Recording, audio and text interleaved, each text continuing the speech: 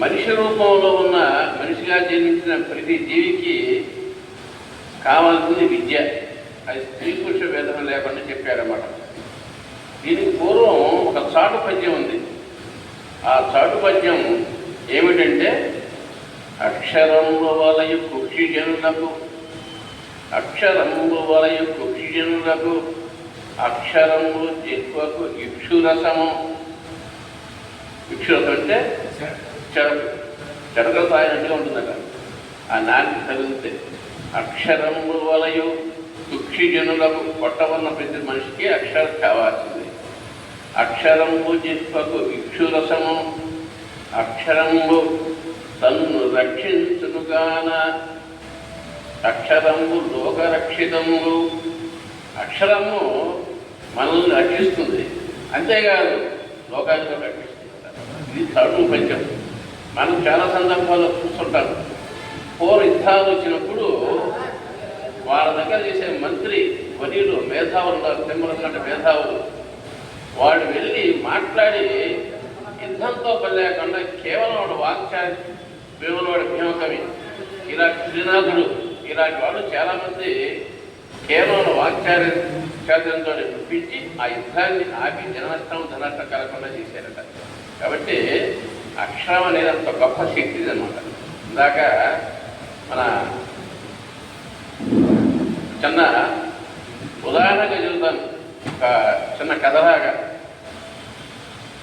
సరదాగా బ్రహ్మదేవుడు, సరస్వతీదేవి అనినారాలు తిరుగుతూ మన మాటలకు వచ్చారు.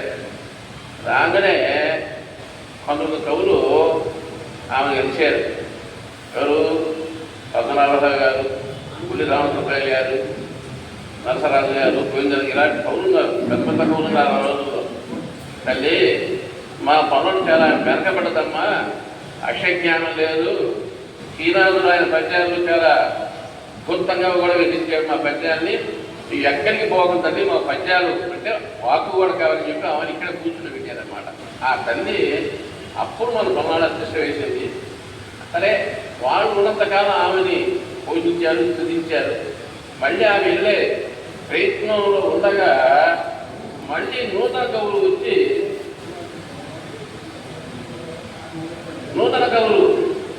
మొత్తం మీద మళ్ళీ ఆమె పోకుండా ఇక్కడే కూర్చోబెట్టి చేశారు. అలాంటి వాళ్ళల్లో మన గజంగి జగన్నాథాచార్య గారు, కమలాసనరావు గారు, మన గాంధీ గారు, ఇక కోరెడ్డి గారి విషయం చూసుకుంటే రాజకీయాల్లో చాలా కాలం తిరిగి ఆ రుచి చూసి ఆ రుచి మనం సహించదు అనుకొని ఈ సహాయం రుచి వచ్చిన వాడు మన కోరెడ్డి గారు అనమాట. తర్వాత సంస్కృతం కూడా మనకు చాలా అంతరించిపోయింది. అసలు భాష అంతరించిపోయిన రోజుల్లో మన అదృష్టం కొద్దీ మన మాటలకు వచ్చాడు సంస్కృత కోడే పూర్ణచంద్రరావు గారు. కోడే పూర్ణచంద్రరావు కాదు ఆయన, సంస్కృత కోడే పూర్ణచంద్రరావు. వాటి చేసేయండి. సరే, ఇందాక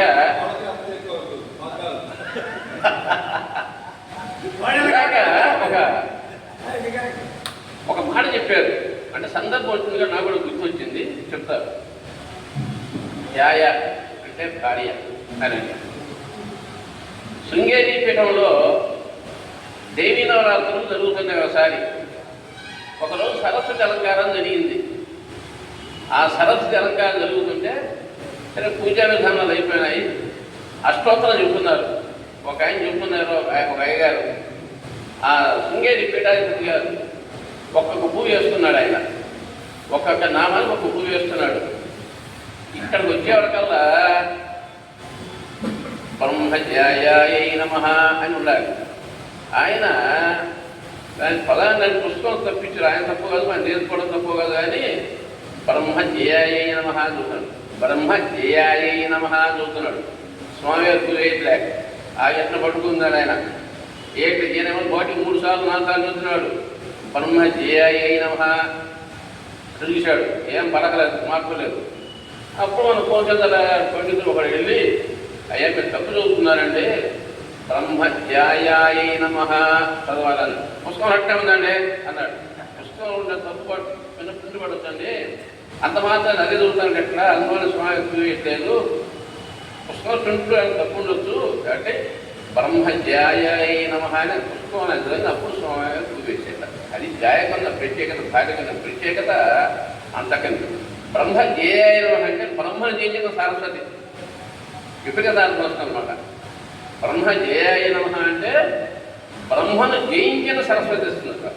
ఆమె ఎప్పుడు పాపం ఎప్పుడన్నా విష్ణువు లక్ష్మీమూర్తి వాదులాడుతున్నారు, పార్వతీ శివుడు వాదులాడుతున్నట్టు కవులు బంధించారు. కానీ ఎక్కడ సరస్వతీదేవి బ్రహ్మ వాదులాడుతున్నట్టుగా మన పురాణాలు ఎక్కడ లేదు. అక్షరశక్తి అనమాట. అలాగే ఇంకొకటి సినారాయ గారు చెప్పారు, చాలా చక్కగా చెప్పారు. సినారాయ గారు అంటే మనకు ఆయన చెప్పాల్సిన పని లేదు, సినిమా కవి గారు. నిజాలో కూడా ఆయన నిజంలో చాలా మంచి కవులు పద్యాలు చెప్పాడు ఆయన. ఒక చిన్న చిన్న చిన్న పని చెబుతాడు. మనిషి శిలవత్తకు వెళ్ళాడు, మనిషి శిలవత్తకు వెళ్ళాడు. మరి అంత కాఠిన్యం పనికిరాదన్నాడు. ఆ రాయితో అన్న మాటలు ఆయన, మనిషి శిలవత్తకు వెళ్ళాడు, మరి అంత కాఠిన్యం పనికిరాదన్నాడు. అప్పుడు శిల ఏమన్నదంటే నీకు ఎంత బండలు కాదులే అన్నది శిల. అది విన్న మనిషి కనుగొన్నాడు గిలగిల. ఈ గుండెంత బండలు కాదులే అన్నది శిల. అది విన్న మనిషి కనుగొన్నాడు గిలగిల అనేది ఆ సందర్భం. ఇందాక చూస్తుంది మన కోడలి గారు చూస్తుంటే నాకు ఆ రెండు సందర్భాలు గుర్తొచ్చినాయి. గుర్తొచ్చాయి కాబట్టి ఆ రెండు సందర్భాలు చెప్పేచ్చాను. టైం మనకు ఎక్కువ లేదు కాబట్టి నేను ఈ రాత్రి ఫోన్ చేసిన మేష్ గారు మన చెన్నకేశ్వర ఒడుగడి చెన్నకేశ్వర పదాల్లో పడి ఈరోజు పెడుతున్నామంటే రేపు రాండి అన్నాడు. నేను పద్యాలు రాయాలంటే ఒకసారి ఒక రోజు పడుతుంది, ఒకసారి అరగంట పడుతుంది, ఒకసారి రోజు కూడా పడుతుంది. ఎందుకంటే నేను పుట్టుకోండి కాదు నేను. అందువల్ల సరే కూర్చొని రాత్రి మళ్ళీ ఫోన్ చేసిన మేష్ గారు 2 పద్యాలు రాశానండి, 3 పద్యం కూడా తప్ప లేదని చెప్పారు. ఆ 2 రాశాను నేను. ఇప్పుడు ప్రస్తుత పరిస్థితులను దృష్టిలో పెట్టుకుని పద్యం ఇది లేదు. ఇది నేనేమి పరాభవాన్ని పొగడను ఎప్పుడు కూడా. ఎందుకంటే ఏ సంవత్సరం వచ్చినా ధరలు అది పెరిగిపోతున్నాడు కానీ తెలియదేవి లేవు. రాజకీయ మధ్యలో నాయకులు మారిపోతున్నారు కానీ అందరూ వాగ్దానాలు చేసేవాడు కానీ వాగ్దానం చేసేవాళ్ళు ఎవరు లేరన్నమాట, ఆచరించేవాళ్ళు లేరు. అందువల్ల 2 పద్యాలు చెప్తాను మీకు. ఒకటి ఏంటంటే వచ్చే పరాభవము తొలువంతగా పెంచను వంటవాయువు. గ్యాస్, వంటవాయు అంటే గ్యాస్ అనమాట. వచ్చిందో లేదో అసలు గ్యాస్ అని పెరిగిపోయినాయి. 1000 రూపాయలు 1800 2000 దాకా అమ్ముతున్నారన్నమాట. వచ్చే పరాభవము తొలివంతుగా పెంచిన వంటవాయువు మచ్చు ఇదొక్కటే అన్నదట. సంవత్సరం ఇదొక్కటే అనుచు మాన్యుల మన్నను పొందగలూచే. ఒకటే మీకు అదే పెంచలే అనేది అన్నదట. వచ్చే పరాభవము తొలివంతుగా పెంచను వంటవాయువు మచ్చు చిదొక్కటే అనుచు మాన్యుల మన్నను పొందదూచే. నీ పిచ్చికి మందులేటకు వీక్షణ చేతునుండే సూర్యం. నీకు పిచ్చి బాగా పట్టింది, పెంచుకుంటూ పోతున్నావు గాసిని అని. సూర్యుడు అంటే శివుడు, శివుడాన్ని పలుకుతున్నాడు శివుడు అనమాట. నీ పిచ్చికి మందులేటకు వీక్షణ చేతునుండే సూర్యం చిచ్చర కంటితో కూడకుందన్నమాట. చిచ్చర కంటితో సీత నజేషుడు కాంచు కాలకూటముతో. చిచ్చర కంటితో విషము సీత నగేశుడు కాలకూటము.